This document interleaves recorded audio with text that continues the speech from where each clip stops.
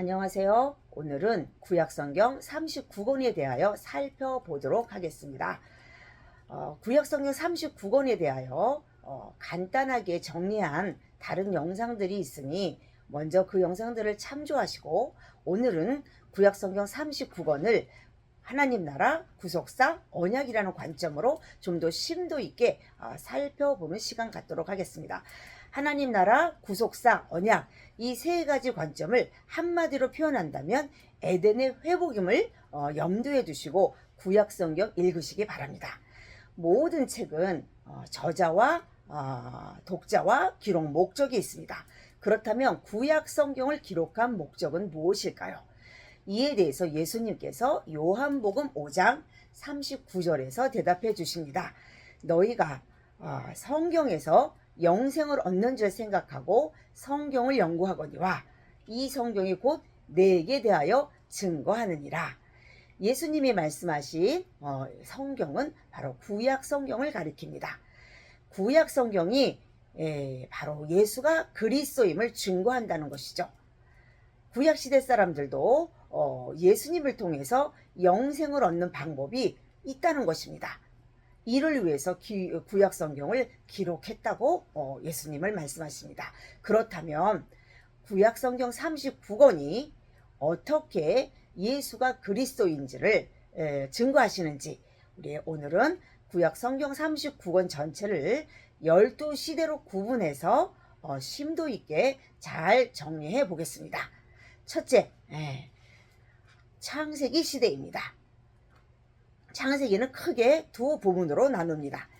1장부터 11장까지는 원역사, 그리고 12장에서 50장까지는 족장들의 역사입니다. 1장부터 11장은 전 인류를 대상으로 하며 네 가지 사건이 나옵니다. 창조, 타락, 홍수, 바벨탑입니다. 12장에서 50장까지는 4명의 족장이 등장합니다. 아브라함, 이삭, 야곱, 유다입니다. 창세기 1장과 2장에서 하나님은 천지 만물과 인간을 창조하시고 아담과 언약을 맺고 하나님 나라를 세우셨습니다. 그러나 3장에서 아담의 타락으로 창조 언약도 깨지고 하나님 나라도 깨졌습니다. 하나님은 인간이 죄를 지은 그 자리에서 하나님 나라를 회복하겠다는 계획을 세우셨습니다. 이를 구속 언약이라고 합니다. 바로 창세기 3장 15절의 말씀입니다. 이 말씀은 여자의 후손을 보낸다는 언약입니다. 그리고 하나님은 아담을 추방하기 전에 가죽옷을 입혀주셨습니다. 여자의 후손과 가죽옷은 신구약 전체를 관통하는 핵심적인 단어입니다.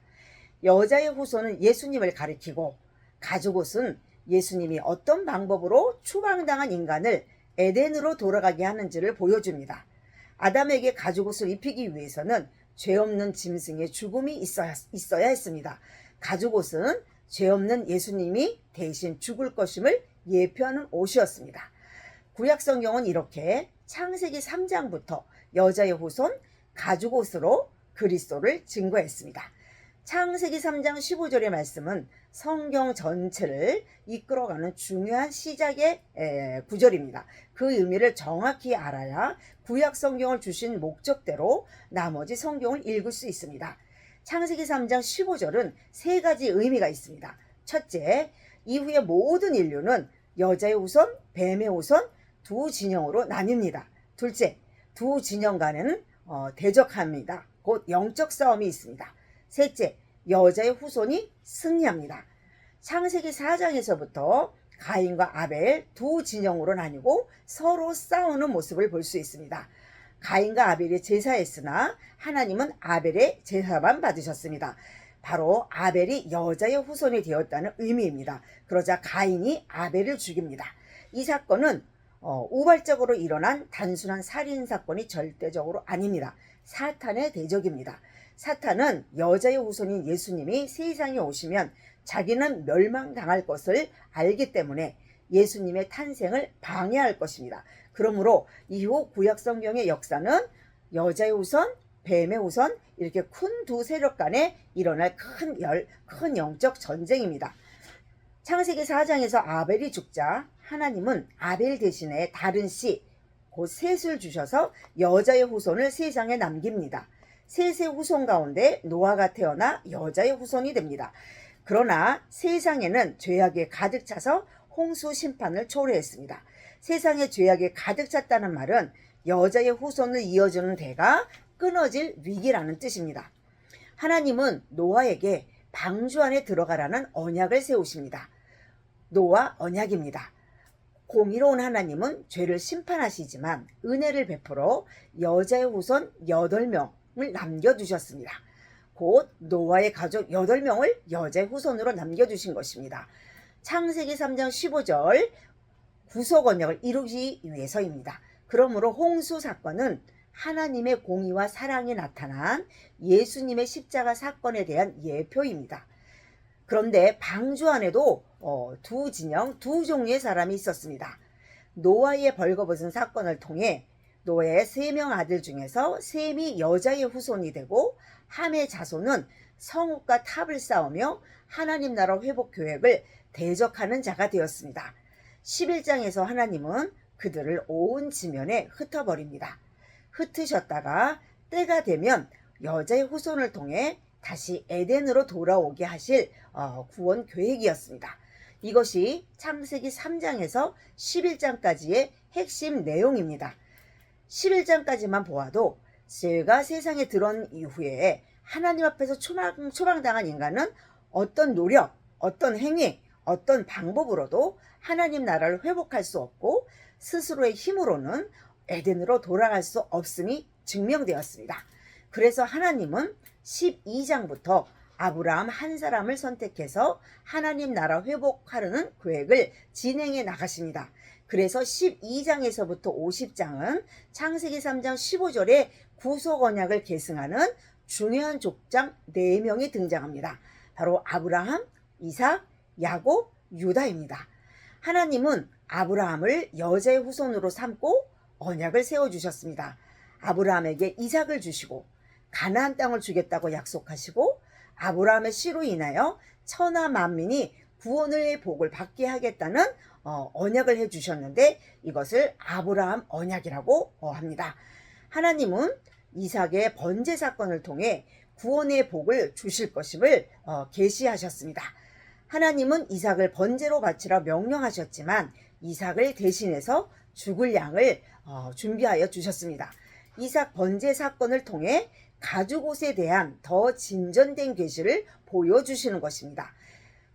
짐승이 아니라 사람이 와서 인간의 죄를 대신해서 죽을 것입니다. 그분이 바로 예수 그리스도입니다. 그래서 아브라함에게 주신 언약을 메시아 언약이라고도 말합니다. 이삭은 이렇게 예수 그리스도가 하실 일을 예표하는 인물이었습니다. 그래서 갈라디아서 3장 8절에서 바울은 하나님이 아브라함에게 복음을 전했다고 말했습니다. 그러므로 이 말씀을 통하여 구약 성경에도 복음이 있었음을 알 수 있습니다. 구약 시대 사람들도 예수님을 보내주신다는 아브라함의 언약, 메시아 언약을 믿고 영생을 얻게 되었습니다. 아브라함의 언약은 이삭에게 계승되고 또 이삭은 이 언약을 야곱에게 계승합니다. 창세기 37장에서는 요셉의 형들이 요셉을 시기하고 미워해서 애굽에 팔아버렸습니다. 그러나 시편 105편 17절에서는 하나님이 요셉을 앞서 보냈다고 말씀하십니다. 그가 한 사람을 앞서 보내셨으며 요셉이 종으로 팔렸도다. 하나님은 가나안 땅의 그 기근과 신앙 혼합의 위협 가운데서 야곱의 식구들을 보호하기 위하여 요셉을 먼저 선발대로 애굽으로 내려보낸 것입니다. 애굽에 먼저 내려보내 총리가 되게 하시고 그곳에서 야곱의 적은 무리가 큰 민족으로 번성하게 한 후에 때가 되면 출애굽시킬 계획이었습니다. 하나님은 야곱의 이름을 이스라엘로 바꿔주시고 이스라엘 민족의 조상으로 삼고 애굽으로 내려보냈습니다. 애굽에서 큰 민족으로 번성하게 한 후에 다시 가나안 땅으로 돌아오게 하겠다고 약속하셨습니다. 야곱은 애굽에서 죽었으나 아브라함 언약, 이 메시아 언약을 12 아들 중 유다에게 계승합니다. 창세기 49장 10절의 말씀은 바로 여자의 후손인 예수 그리스도가 유다 지파 가운데 오신다는 놀라운 하나님의 계시입니다. 주가 유다를 떠나지 아니하며 통치자의 지팡이가 그 발 사이에서 떠나지 아니하기를 실로가 오시기까지 이르리니 그에게 모든 백성이 복종하리로다. 신약에서 예수님이 아브라함과 다윗의 자손 유다 지파 가운데 오심으로 아브라함의 언약이 성취되었습니다. 그러므로 유다는 매우 중요한 인물입니다. 하나님은 요셉도 중요하게 사용하셨지만 예수님에 관한 언약은 유다 지파를 통해 계승되게 하셨습니다. 이것은 하나님의 주권입니다. 그래서 하나님 나라 구속사 언약의 관점으로 볼 때, 즉 에덴 회복의 관점에서 볼 때 12장에서 창세기 12장에서 50장까지 중요한 4명의 족장은 아브라함, 이삭, 야곱, 유다입니다. 자, 여기까지가 창세기의 큰 맥락입니다. 욥기는 창세기 족장 시대를 배경으로 기록된 책입니다.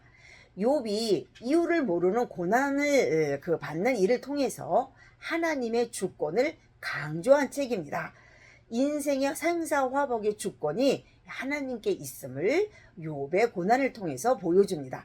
욥은 창세기 족장 시대의 인물이지만 욥기의 문학 형태를 시가서로 구분해서 시편, 잠언, 전도서, 아가서와 함께 묶어 뒤에 배열해 놓았습니다.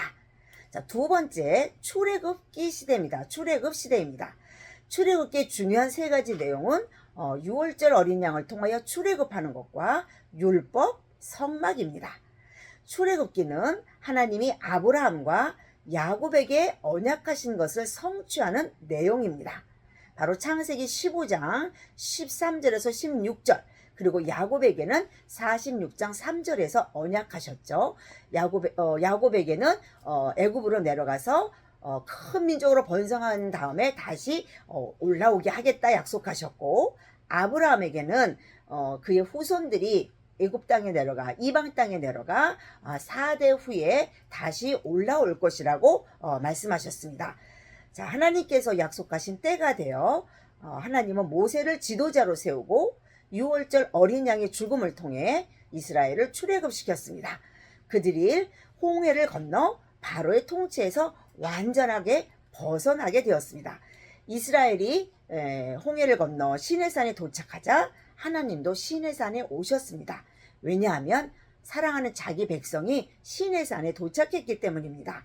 하나님은 시내산에서 이스라엘과 언약을 맺습니다. 하나님은 그들의 왕이요, 이스라엘은 하나님의 백성이 되는 언약입니다. 이를 시내산 언약이라고 부릅니다. 에덴에서 아담이 하나님과 언약을 맺는 모습과 같습니다. 이제는 이스라엘 백성이 바로의 노예가 아니라 하나님의 백성이 되었기 때문에 하나님 나라의 백성답게 살라고 하나님은 율법도 주셨습니다. 하나님 나라의 법인 율법을 주셨지요. 에덴에서 아담에게 선악과 율법을 주신 모습과도 같습니다. 이 시내산 언약을 통하여 하나님의 계획, 하나님의 마음이 무엇인지를 보여줍니다. 하나님은 이스라엘을 사용하여서 에덴을 회복하는 하나님의 구원 계획을 보여주려는 것입니다. 그러니까 시내산에 에덴과 같은 하나님의 나라가 임한 것입니다. 그러므로 백성은 하나님이 주신 하나님의 나라의 법, 율법을 잘 지켜야 됩니다. 그래서 이스라엘 백성들은 짐승을 잡고 피를 뿌리며 하나님과 언약을 세웠습니다. 율법을 잘 준행하겠습니다. 그래서 이제 하나님의 통치가 시작된 것입니다. 시내산은 작은 하나님의 나라라고 말할 수 있는 것이죠. 그러나 사람 가운데 누구도 율법을 온전하게 지킬 수 없다는 것이 출애굽기를 통해서 나타났습니다. 율법을 지키지 못해서 죄를 지으면 그럼 다시 애굽으로 돌아가 바로의 노예가 되는 것입니까? 아닙니다. 하나님과 언약 관계를 유지하는 방법으로 하나님께서 성막을 주셨습니다. 성막에서 제사를 지내며 회개하고 하나님과의 관계가 유지되는 것이죠. 구약시대에 하나님께서 만일 율법만 주시고 성막 제도를 주시지 않았다면 구약시대 사람들은 한 사람도 구원받지 못했을 것입니다. 율법을 통해 죄인임을 깨닫고 성막에 가서 속죄 제사를 드리게 하셨습니다. 그러므로 하나님이 자기 백성에게 율법을 주심은 그들을 속박하려 함이 아닙니다. 율법을 주신 것은 은혜입니다. 율법이 아니었다면 내가 어떤 죄인인지 알지 못하기 때문입니다. 그러므로 율법을 주심도 은혜요, 성막을 주심은 더 큰 하나님의 은혜입니다. 성막을 주신 또 하나의 이유가 있습니다. 또 하나의 목적이 있습니다. 하나님의 소원은 에덴에서부터 자기 백성과 함께 사는 것입니다. 그래서 하나님이 출애굽한 이스라엘 백성들에게 자기 백성 가운데 하나님이 거하실 성막을 지으라고 명령하셨습니다. 그런데 성막의 휘장은 두꺼운 휘장으로 가려져 있었고 하나님께 나아가는 문은 굳게 닫혀 있었습니다. 왜 아무나 지성소에 들어가지 못했습니까? 바로 죄 때문입니다. 죄인이 그러면 어떻게 해야 하나님 앞에 나아갈 수 있습니까? 바로 레위기는 이에 대한 해답을 줍니다. 바로 제사입니다. 하나님은 죄인은 스스로 하나님 앞에 나갈 수 없음을 아시고 성막에서 제사를 통하여 하나님 앞에 나올 수 있게 해주셨습니다. 그러나 죄인은 스스로 나갈 수 없기 때문에 이 제사를 드려주고 제물이 되어줄 제사장이 필요합니다. 그래서 레위기에서는 제사 드려줄 제사장을 하나님이 세우라고 하시죠. 성막에서 제사를 올리며 하나님이 그들에게 주신 구원의 은혜를 잊지 않기를 바라셨습니다. 그래서 그들은 5대 제사를 지키며 또 절기를 지키며 하나님이 언약하신 여자의 후손을 보내주신다는 그 언약을 기다려야 됩니다. 언약을 잊으면 우상을 섬기다가 망하기 때문에 이스라엘 백성은 하나님과 제사로 언약 세운 백성이기 때문에 제사하며 절기를 지키며 진짜 제물로 오실 여자 후손 예수님을 기다려야 됩니다. 이것이 두 번째 출애굽기 시대입니다. 출애굽기 시대 때는 레위기와 같은 내용이 포함되어 있습니다. 세 번째는 민수기 시대입니다. 민수기는 시내산을 출발해서 요단강 동편에 도착하는 내용입니다. 하나님은 이스라엘이 시내산을 출발하기 전에 두 번째 유월절을 지키라고 명령하셨습니다. 이스라엘을 출애굽시킨 하나님의 능력을 믿고 광야를 통과하라는 뜻입니다. 하나님은 아브라함에게 언약한 것을 이루려고 이스라엘을 출애굽시켰으니 언약하신 대로 반드시 가나안 땅으로 데리고 들어가실 것입니다. 그러므로 그들은 하나님의 언약을 믿고 광야를 통과해야 됩니다. 그러나 이스라엘은 광야에서 걸핏하면 조금만 어려움을 당하면 출애굽을 후회하며 애굽으로 돌아가자고 원망하고 하나님께 7번이나 반역했습니다. 가나안 땅은 이미 400년 전에 4대 전에 아브라함에게 언약으로 주신 땅이고 지금 하나님이 언약을 이루시려고 그들을 출애굽시켜 가나안 땅으로 데리고 가시는 것이기 때문에 정탐을 할 필요가 없는 땅입니다. 정탐할 필요 없이 믿음으로만 들어가면 되는데 이스라엘은 정탐을 요구했고 정탐을 했다면 믿음의 보고를 했어야 되는데 그들은 정탐한 땅을 악평하면서 또 출애굽을 후회하며 애굽으로 돌아가자고 반역했습니다. 이 때문에 출애굽 1세대는 여호수아와 갈렙 외에는 모두 광야에서 죽습니다. 그들이 광야에서 얼마나 하나님을 믿지 않고 불순종했는지 그들의 패역함을 증거하는 42개 노정도 기록하라고 명령하셨습니다. 모세도 불순종했기에 가나안 땅에 들어가지 못했고 모세는 죽기 전에 유언과 같은 3편의 설교를 신명기에 남겼습니다. 신명기는 시내산에서 하나님과 맺은 언약의 말씀을 가나안 땅에 들어갈 출애굽 2세대에게 다시 설명해 주는 내용입니다. 백성들은 가나안에 들어가 율법을 잘 지킬 것이라고 언약하였습니다. 그러므로 신명기는 이스라엘 역사서의 서론과 같습니다. 여호수아서를 보면 가나안 땅에 들어가게 됩니다. 그런데 열왕기 하를 보면 이스라엘이 가나안 땅에서 추방을 당합니다. 마치 아담이 에덴에서 쫓겨나는 모습입니다. 인간의 패역한 역사는 반복되고 있음을 보여주고 있습니다. 하나님은 가나안 땅이 하나님의 나라가 되길 원하였으나 사람 가운데는 누구도 하나님 나라를 회복할 능력이 없음을 또 보여줍니다. 누구도 스스로의 힘으로는 에덴으로 돌아갈 수 없음을 보여줍니다. 자, 네 번째, 여호수아 시대입니다. 하나님은 드디어 아브라함과 야곱에게 언약하신 대로 이스라엘을 가나안 땅에 들어가게 하셨습니다. 가나안 땅으로 들어가는 길은 해변길도 있고 남북으로 종단하는 길도 있으나 하나님은 이스라엘을 요단 동쪽에서 가나안을 들어가게 하셨습니다. 이것은 에덴의 모습을 또 보여주시는 장면입니다. 하나님은 죄를 지은 인간을 쫓아내실 때에 에덴 동산 동쪽에 그룹들과 두루 도는 불칼을 두어 아무나 함부로 들어가지 못하도록 지켰습니다. 이 말은 인간이 에덴 동쪽으로 쫓겨났기 때문에 에덴으로 돌아가는 문은 오직 동쪽뿐이란 뜻입니다. 그런데 이스라엘이 요단 동쪽에서 가나안 땅으로 들어갔습니다. 그러므로 가나안은 바로 에덴이라는 뜻입니다. 하나님은 이스라엘을 가나안으로 데리고 들어가실 때 마음에 바라시는 것이 있었습니다. 바로 이스라엘이 가나안 땅을 하나님의 공의와 공평이 이루어지는 에덴과 같은 그런 하나님의 나라가 되기를 원하셨음을 보여줍니다. 에덴 회복 관점으로 볼 때 이스라엘의 가나안 정복은 단순한 전쟁 이야기가 아닙니다. 에덴을 회복하는 하나님의 구속 역사 이야기입니다. 그러므로 가나안 땅은 왕이신 하나님의 뜻이 펼쳐질 하나님의 나라임을 명심해야 됩니다. 그래서 여리고성과 아이성 전투를 통해서 앞으로 가나안 땅 정복 싸움의 승패는 이스라엘이 여호와의 말씀에 순종하느냐 불순종하느냐에 달렸음을 보여줍니다. 그리고 14장부터는 제비를 뽑아 땅을 분배합니다.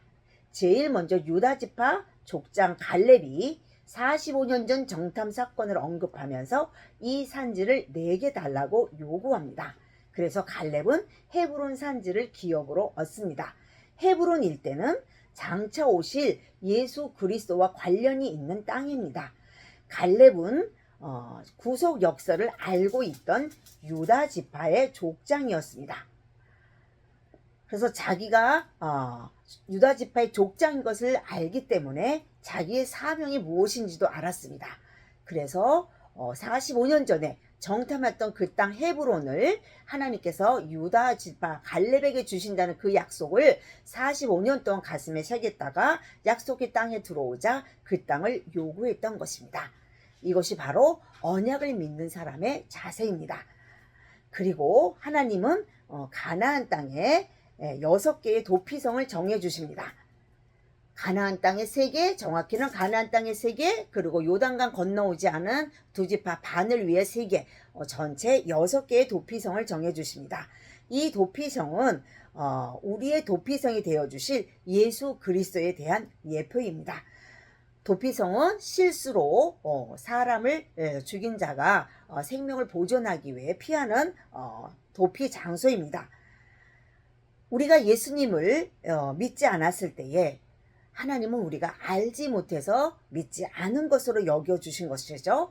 그래서 우리도 도피성이신 예수님께만 피하면 우리도 생명을 보존할 수 있습니다.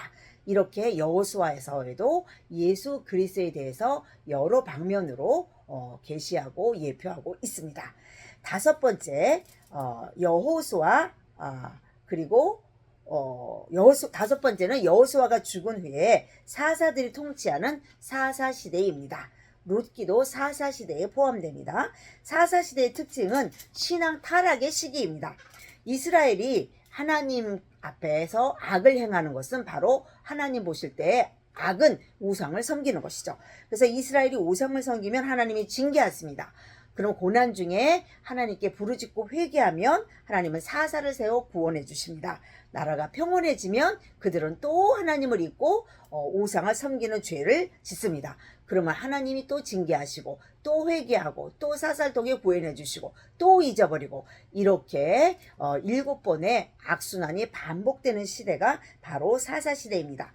사사시대의 신앙이 이렇게 타락한 이유가 있습니다. 첫째, 가나안 땅에 들어간 후 하나님은 가나안 족속들을 다 쫓아내라 그랬는데 그들은 쫓아내지 않았습니다. 쫓아내지 않다 보니 섞여 살면서 우상을 섬기고 신앙이 타락하게 되었습니다. 마치 노아 시대에 사람의 딸과 하나님의 아들들이 섞여 살면서 신앙이 혼합되고 죄악의 관영에 홍수 심판을 초래한 모습과 같습니다. 둘째, 사사시대 신앙이 타락한 이유는 신앙교육의 실패입니다. 모세는 죽기 전에 자녀들에게 부지런히 가르치라고 명했지만 자녀 세대에게 부모들은 신앙교육을 잘 하지 못하였습니다. 그 결과 신앙이 이렇게 타락하게 된 것입니다. 사사시대는 제사장들도 신앙이 타락한 모습으로 등장합니다. 하나님만을 섬겨야 될 제사장이 먹고 사는 일 때문에 우상을 섬기는 제사장으로 타락하였고 백성들도 우상을 섬기면서 자기가 하나님을 잘 섬기고 있다고 생각했습니다. 사사시대에 총체적으로 신앙이 타락한 모습입니다. 지금 이 시대에 우리도 자기가 만든 우상을 섬기면서 우리가 하나님을 잘 섬기고 있다고 착각하고 있지는 않습니까? 자, 사사시대 마지막은 그때 이스라엘에 왕이 없기 때문에 각기 자기 속견에 옳은 대로 행하였다는 말씀으로 끝이 납니다.